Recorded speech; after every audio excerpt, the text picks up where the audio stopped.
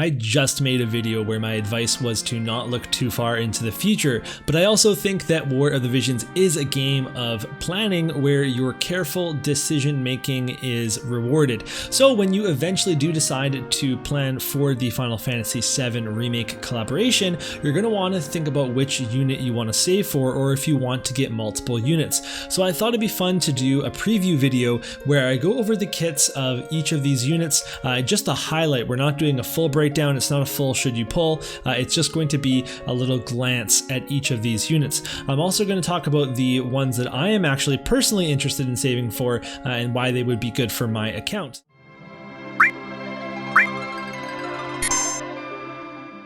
We always start by thanking warofthevisionscalc.com for the information provided for this video. Okay, so we'll talk about Cloud first. He's got his own unique soldier job, and then he gets Ranger and Nightblade. He's a lightning element unit, and there's a lot going on here. He's got quite high attack, he has good agility, he has high crit rate, he's going to be like Tidus, he's going to be critting all over the place, and then he has high AoE resist, and he gets that from a few different places.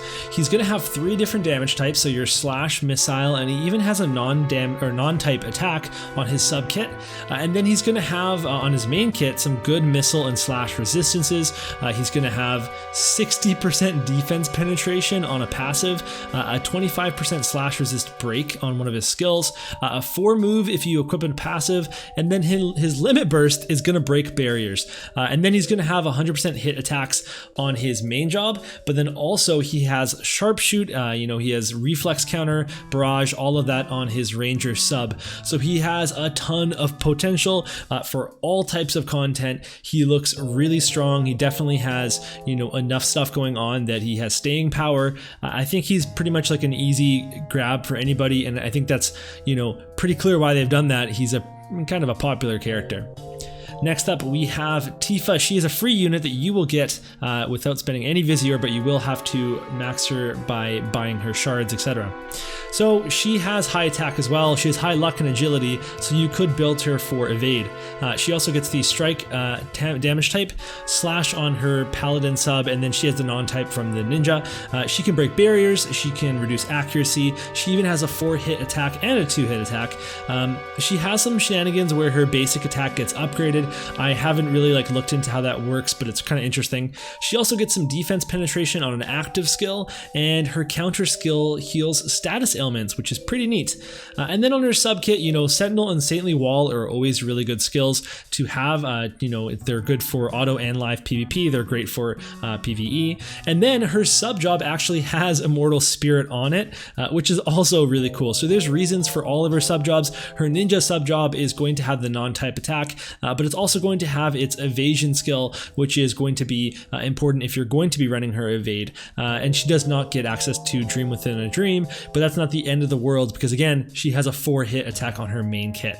Next, we have Barrett, and he's kind of an interesting guy. He gets the Gunner sub and the Pugilist sub. He's an ice unit as well. So he has lower attack than the other units. He has lower agility than the other FF7 units, and we're talking like over 100 less attack, but he does have good slash resist. He can stack up a bunch of defense, so up to 40 defense without any VCs, espers, gear, help from other units, etc. He's going to be dealing missile type attacks and then also striking attacks. So he has the Pugilist sub, but also on his main sub kit for his new job, he gets a striking attack that hits everybody around him.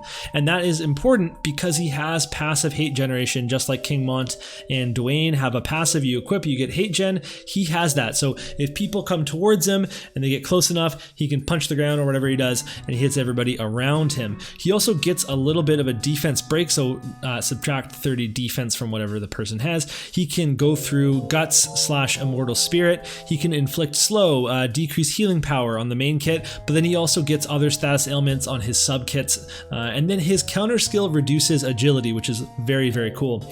He gets a 3-hit attack, and then because he's a gunner, you have to think about, well, what's his range like? While he can shoot far, his height is going to be mostly 1 shot or 1 height difference, or he also has a height 2 shot, which will be more usable for you know, hitting people on different heights. And then on his sub kit, he has aimed fire on his gunner sub. He is pugilist sub is missing Demon Purger and Wicked Pummel. It does have the shifting strike to close in. It does have the pugilistic mastery, but it's missing the some of the best attacks. I really do think you're going to use those first 2 subs instead. Finally, we have Aerith, and she has her own unique job, but she also gets Time Mage and Rune Knight, and she's a water unit. So her stats, very high magic stat, like 600 plus magic stat, good agility, it's in like the mid 60s range, good spirit and magic resist, and she can raise those, and then she has bad other resists, so she's kind of a squishy healer support type unit. She can do magic and slash damage. The slash damage is on her Rune Knight, but the Rune Knight only gets like the water blade and like the water gut blade or whatever, so it's not, there's no hazard slash, unfortunately. It's not that good of a sub. You do get your drain evocation, so you can have that long range magic that will scale really well for her, and it will give her a super big magic boost, but I don't know if it's enough to use that sub. So she is going to get an AoE heal counter. It's going to be like Aeon Bond, but the counter itself does not raise her healing power, a passive does, so it's not going to heal as much as Yuna's Aeon Bond does, but if she's standing next to an ally, she's actually going to heal that ally as well, which is quite cool.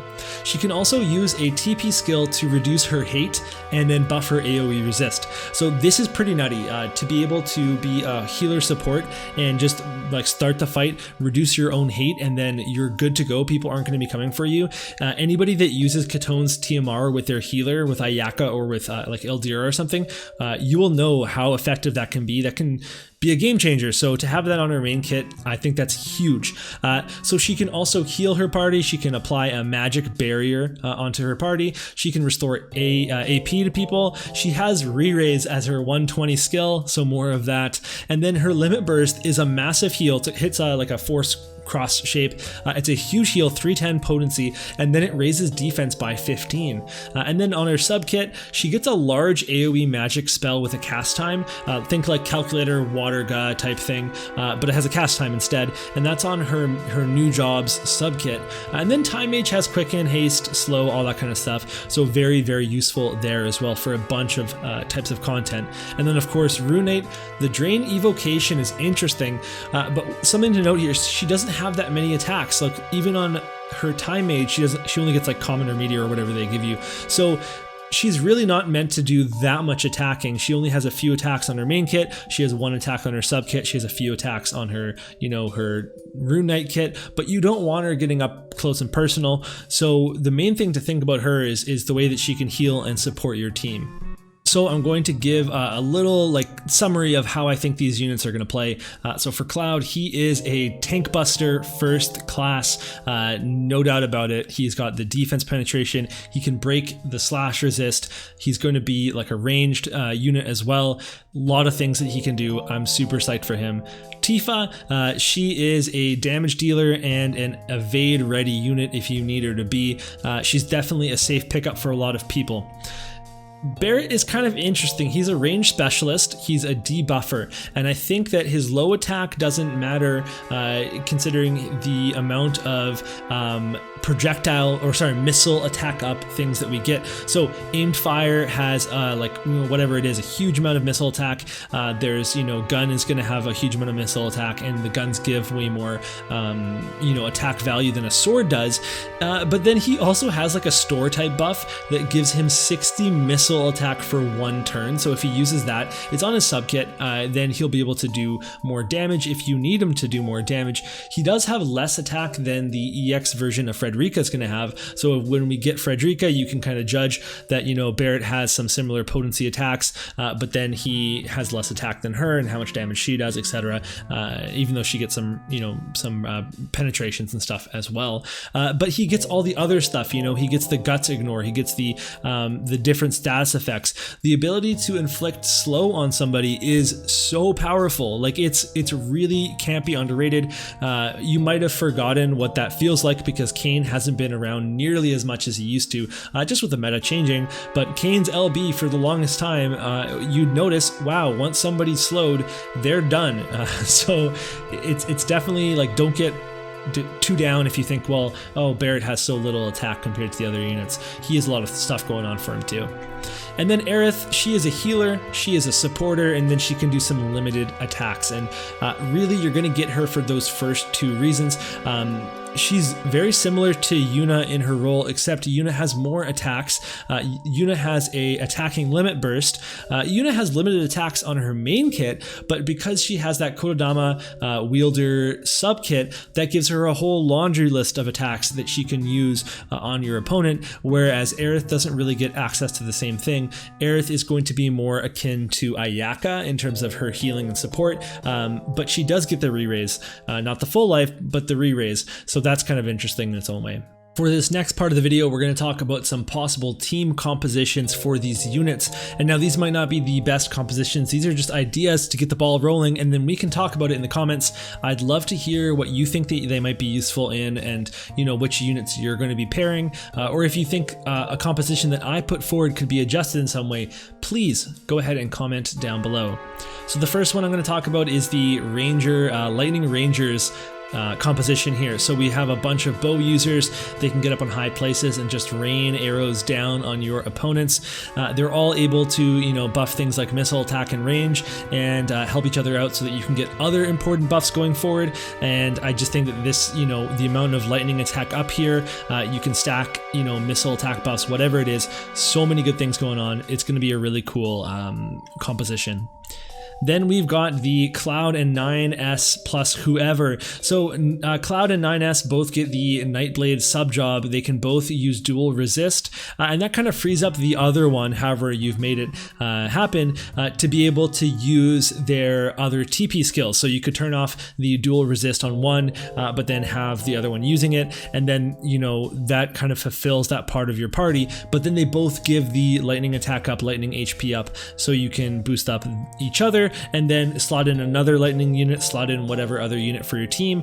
9S could be somebody that goes forward and takes the brunt of your opponent's attacks, and then Cloud is firing from behind with some powered up projectiles. Whatever it is, I think they could be a pretty cool combination.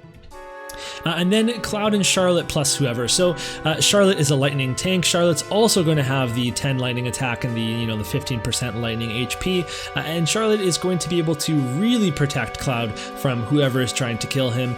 And so I think you're going to be able to ride that combination together. And another reason why I'm showing you these compositions is it can make you think, well, I have Nivelu and 9S and Frederica. I might want Cloud. Or I have a plan to get Charlotte. Maybe I should get Cloud too. Or maybe if you're trying to plan around your elements, you don't want to get too many of the same type, then you're saying, okay, well, I'm already going for Charlotte, maybe I'm not going to go for Cloud. But you have those options available to you.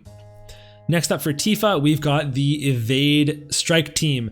So I like this team because Winter Venera can be evadey, but she also has the Pugilistic Mastery skill, and she can buff the strike attack of these other two units who can get up their evade skills or whatever else they need. And then Winter Venera could also just be in this composition and could be like kind of tanking and diverting people's attention and then buffing strike attack. You could replace Winter Venera here with any wind unit that you want to put in, and then they could be evadey. There is going to be a wind sniper that we can slot in here that would be a little bit evadey, and there's a YouTuber PST and JP that has been playing that composition, and that's something you can search up online and see some pretty cool results. Then we've got the non-limited version. So if you don't have 2B, if you don't have Winter Venera, you might have Raldor, my main man. He can also buff with Pugilistic Mastery for Tifa, and then you can make whatever comp you're going to make. I like this comp a lot because Tifa doesn't get that big of a strike attack buff, so Raldor can provide it for her, and this also again accounts for people with accounts that don't have the limited units. And then we've got Tifa, Cloud, and Charlotte, and I like this composition because these lightning units are going to be very afraid of earth units, and Tifa, being a wind unit, can go and just tear up those earth units. So if you have your tank, you have your 2 DPS, and then if you run into an earth comp, maybe Tifa's going to get up there first and take care of that earth unit for you and allow Cloud and Charlotte to go through the fight unscathed. Where is Barrett going to end up? Well, I've got a few ideas for him as well. The first one is, again, with Rangers, because he can use aim fire for them, he can actually use his hate, his passive hate, to draw fire away from them. So you can go full missile comp and do things that affect your missile damage, and Barrett can be benefiting from those, but then he can also be pulling units away from the other two Rangers in order for them to kind of safely fire off at people, and I think that could be kind of cool.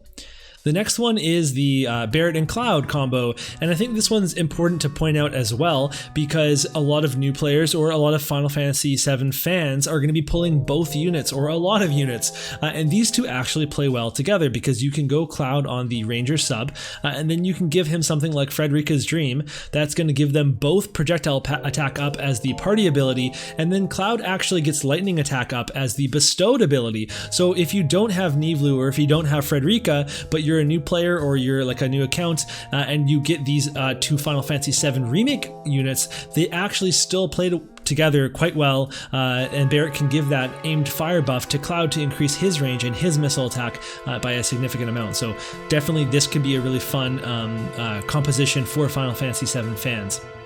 And then finally, we have the mono ice composition, and this is similar to the top part. You're going to have Barrett with his ability to draw fire away from your other two units. So Auron and Gilgamesh can hopefully, do whatever buffing and attacking you want them to do, and then Barrett will be drawing people towards him and taking that fire for them so that they can finish off your opponent. But then everybody's benefiting from the ice attack up and the ice HP up that Barrett's going to provide for those units. Finally, we have Aerith, and for her, mono water is obviously going to be a really strong choice. We have a ton of water cards that support this. Tidus can tank a little bit, but even if they don't, being able to have mono water party, get all the mono water benefits, and then have re-raise is pretty freaking strong. So I definitely expect to see a lot of different mono water, and this isn't the only way to do it. There are a lot of water units out there. Then I'm going to say this is King Mont here, but it could be any tank at all. It doesn't matter because Aerith is a healer. Aerith can heal your tanks, put re-raise on them, whatever it is, although I don't think you should put re-raise on your tank. And then you can have your DPS slot, your carry slot, whatever it is. This will be your solid team composition. And then I think there's some potential for shenanigans where you have Aerith and Yuna and whoever, maybe a tank, maybe it's a DPS, and you have double re-raise going off, and then you have things like all these magic barriers and these other heals. Maybe you turn off some of the healing for Yuna so she can be more attacking or whatever it is. You have the potential to go crazy here. If you have the Halloween Ryryu TMR, you can be absolutely filthy and have triple re-raise. If you do that, I will never talk to you again. So looking at all of these units, I have to make a decision for myself. Well, who do I think I want to save for? And I think that it's going to be these two, Cloud and Aerith. So Cloud, I just think is going to be a really strong unit, and I don't think anybody could go wrong getting this DPS unit. He's not my first target. Aerith is actually my first target, but if I got Cloud, I would be pretty happy that I got him. Aerith is going to be the main unit that I will be shooting for, and the reason is I don't have Yuna. My healers are Ildira, I have Ayaka, but Aerith really interests me with all the different things that she brings to the table, with that, restoring AP, giving barriers, the re-raise, all that kind of stuff. I think that's going to be really cool. The Time Mage really interests me, especially as a live PvP player. I think that she's going to be a ton of fun on maps that don't have healing down, so she's going to be my number one target for the Final Fantasy VII collaboration, and I am going to skip the free unit of Tifa. I am going to skip pulling for Barrett. Now, the way that this works is the first bit of the collab, Cloud and Tifa are going to come out together, and then in the second bit of the collab, we're going to get Barrett and Aerith in their own banners. So it will give me time to go for both if I save up enough. If I don't save up that much, then I'm going to go solely for Aerith for sure. But at the end of the day, I think in global, we'll probably be pretty lucky lucky with the support they give us, I bet it'll be a super long collab again, and there'll be some medals and all sorts of things like that to help us out because we have it pretty good in global. But that's going to be it. So let me know what you think in the comments. If you have suggestions for these units, if you think I missed something, or if you've watched this long in the video and you just want to chat, let me know what your favorite 3 units or characters were to use in the original Final Fantasy VII in your party. That's going to be it. Thanks for watching. We'll see you all next time.